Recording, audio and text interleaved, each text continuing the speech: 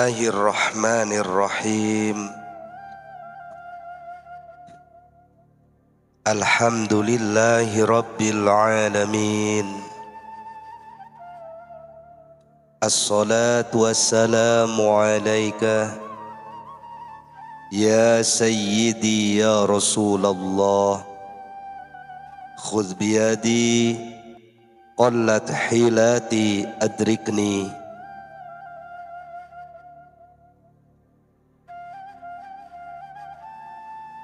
Rumi sering menunjuk atau mengutip ungkapan peribahasa, segala sesuatu menjadi jelas karena pertentangan-pertentangan.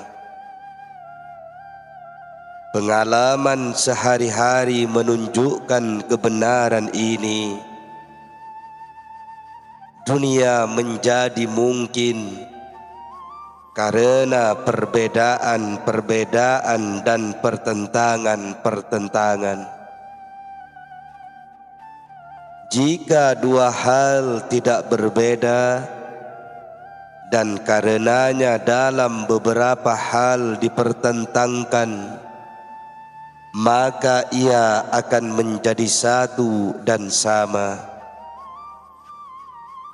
Setiap orang memiliki pertentangan yang dengannya keberadaan orang lain menjadi mungkin.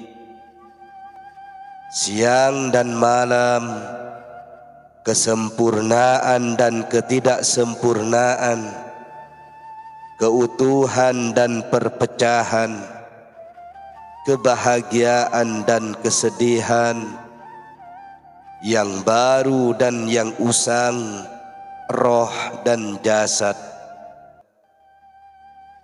Masing-masing istilah yang korelatif ini hanya dapat menjadi ada dan terpahami karena adanya pertentangan. Demikian juga halnya dengan segala sesuatu kecuali Tuhan. Hanya Dia yang tidak memiliki pertentangan, namun berada di atas semua pertentangan.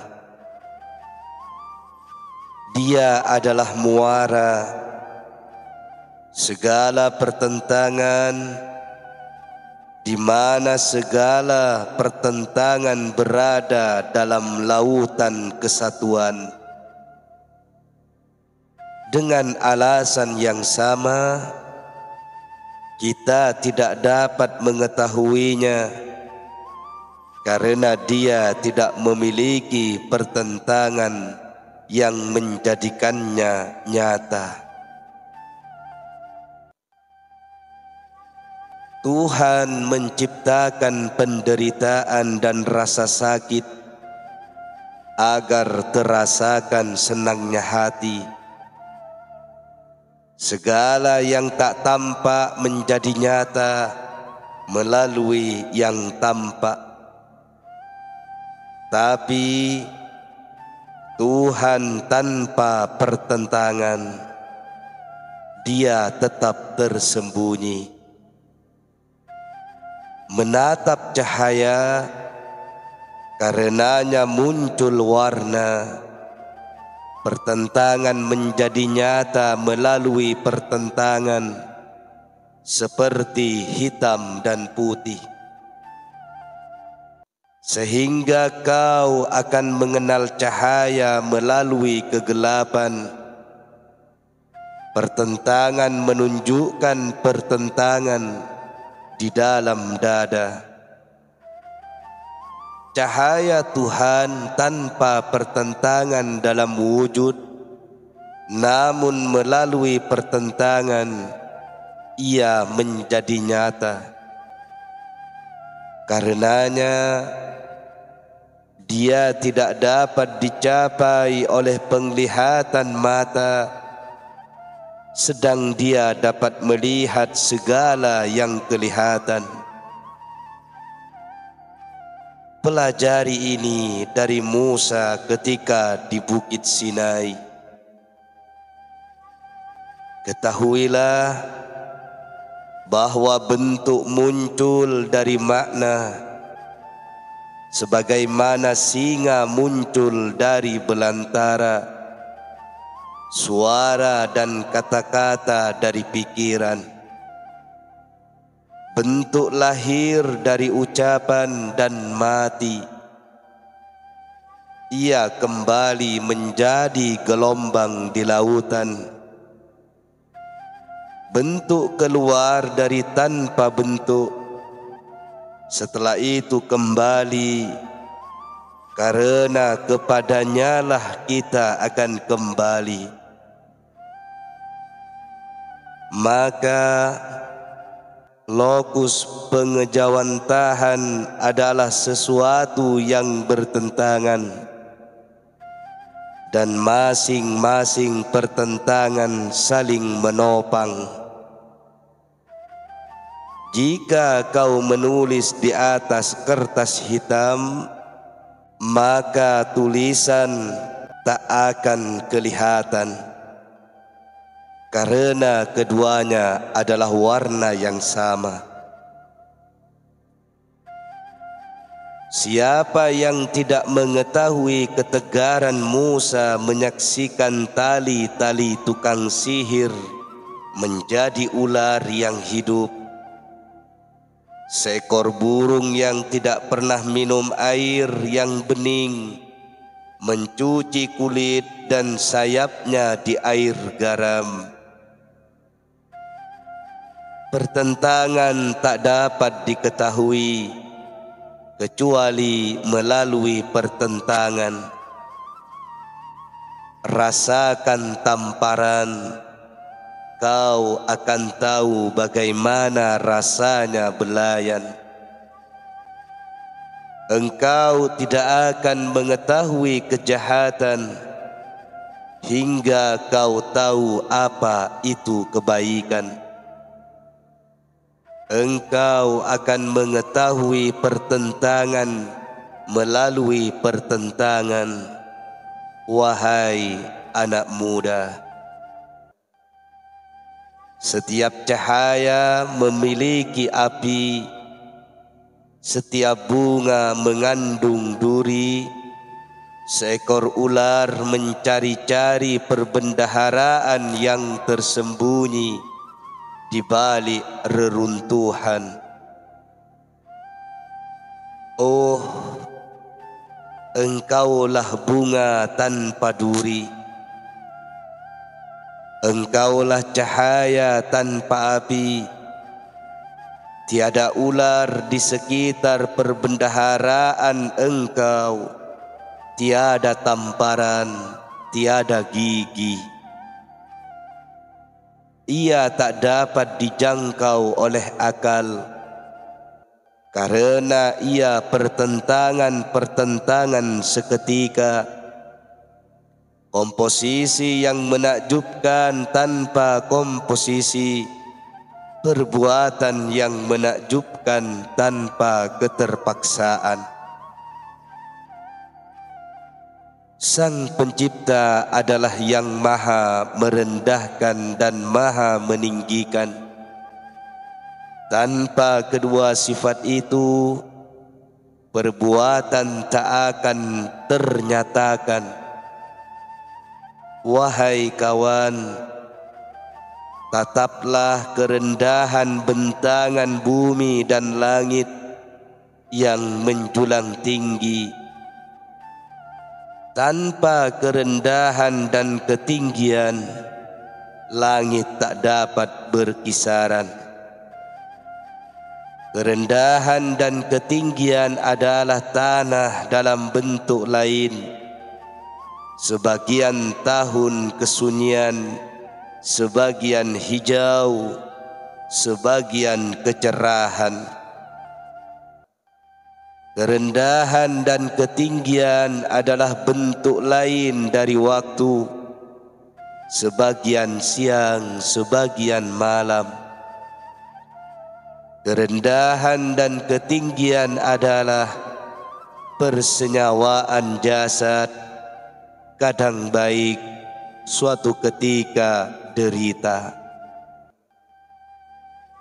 Ketahuilah bahwa keadaan dunia seperti ini, kekeringan dan kelaparan, damai dan perang, itulah kesengsaraan kita. Kebijaksanaan Tuhan telah mengikatkan diri dengan pertentangan-pertentangan ini. Wahai sang pembunuh, kau telah menyayat-nyayat leher. Tanpa jasad, roh tak dapat berbuat. Tanpa roh, jasad dingin dan layu. Jasad tampak, roh tak tampak. Keduanya mengambil tempat dalam urusan dunia. Jika kau benturkan pada kepala, ia tak akan pecah. Jika kau benturkan pada air, begitu juga. Jika kau ingin memecahkannya, campurlah debu dengan tanah. Hidup adalah perdamaian di antara pertentangan-pertentangan. Kematian adalah penampakan dari segala perselisihan. Lut, Tuhan adalah pasangan antara singa dan domba. Keduanya saling bertentangan. Dalam sebagian syair-syair di atas, Rumi berbicara tentang pertentangan dalam sifat serta struktur dasar dunia yang terdiri dari 4 unsur: tanah, udara, api, dan air. Keempat unsur tersebut tidak pernah menampakkan diri secara nyata, yang merepresentasikan dasar ontologis kecenderungan-kecenderungan yang tampak dalam bentuk luar dunia. Keempat substansi yang masing-masing memiliki nama, pada dasarnya hanya merupakan pantulan-pantulan yang menampak secara nyata.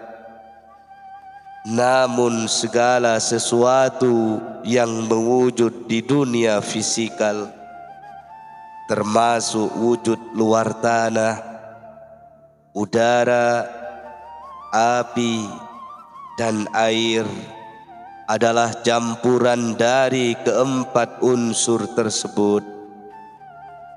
Karenanya, cakupan unsur-unsur murni meliputi wilayah-wilayah yang berada di atas langit, atau dunia rohani dan bumi, atau dunia materi. Dengan demikian, unsur-unsur yang sering menunjuk pada pilar-pilar arkan dunia materi merupakan tujuan-tujuan dasar ontologis yang diberikan pada dunia oleh sifat-sifat ketuhanan. Para sufi berbicara tentang 4 pilar ketuhanan. Makna terdapat dari sifat-sifat ketuhanan dan menggambarkan pengejawantahan dari 4 nama-namanya. Masing-masing unsur merepresentasikan sebuah kualitas ganda, sebagaimana ditunjukkan dalam tabel di bawah ini, yang menunjukkan pertentangan setiap unsur terhadap salah satu atau kedua kualitas tersebut. Campuran masing-masing unsur itulah yang menjadi wujud dunia materi. Manakala kau perhatikan, dunia adalah medan perang, kekuasaan melawan kekuasaan, keimanan berhadapan dengan kekafiran. Tetapi dalam tatapan cahaya mata rohani, perang adalah damai, berada di antara dua jemarinya. Perang adalah watak, perang adalah tindakan-tindakan, perang adalah kata-kata. Diri setiap manusia adalah sebuah medan pertempuran. Perang adalah mata pencaharian dunia. Tataplah 4 unsur dan tak usah kau hiraukan kepelikan ini. Keempat unsur adalah 4 pilar yang kokoh, tempat kaki-kaki langit menancap. Tapi masing-masing pilar saling menghancurkan. Pilar air menghancurkan api, sehingga penciptaan dibangun di atas pertentangan-pertentangan. Waspadalah, jangan sampai kita menjadi orang-orang yang merugi dan kehilangan. Ketahuilah bahwa dunia adalah nol, tapi abadi dan terus berkembang. Karena ia adalah senyawa pertentangan-pertentangan. Setiap pertentangan menyiratkan keabadian atas pertentangan itu. Ketika pertentangan tiada, subsistem tetap ada. Tanpa warna adalah akar dari segala warna. Kedamaian adalah akar semua peperangan. Dunia adalah akar dari kesusahan. Persatuan adalah akar dari kemenyatuan dan perpisahan. Mengapa kau berada dalam pertentangan, wahai kawan? Mengapa persatuan melahirkan keserbaragaman? Sebab kita adalah cabang, dan 4 unsur pertentangan adalah akar. Akar menumbuhkan cabang. Karena substansi roh tak pernah mengalami keterpisahan. Ia tidak mengambil bagian kualitas-kualitas ini. Kualitas-kualitasnya berada di sisi Paduka yang mulia.